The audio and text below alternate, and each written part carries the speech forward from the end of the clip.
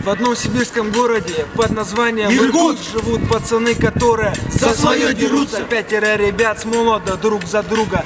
Разные по характеру, но из общего круга. В жизни каждого имеет ценное слово дружба. Улицы района связали воедино души, их души.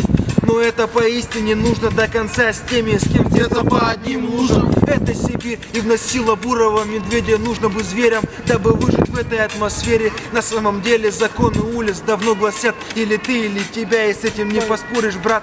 Это Иркутск, ребята сибирской породы, и быть крутым давно уже вышло из моды. Тут важно знать, кто ты есть на самом деле, иметь силу внутри и идти к цели. С огнем в глазах идти, и никак иначе, строго по пути, и никуда не сворачивать. Будет больно, терпи, мужчина ты или мальчик, и если начал, то ни за что не заканчивай, сдаваться.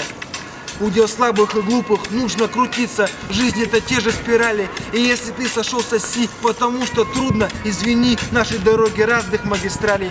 В жизни поле перейти, мне говорил отец.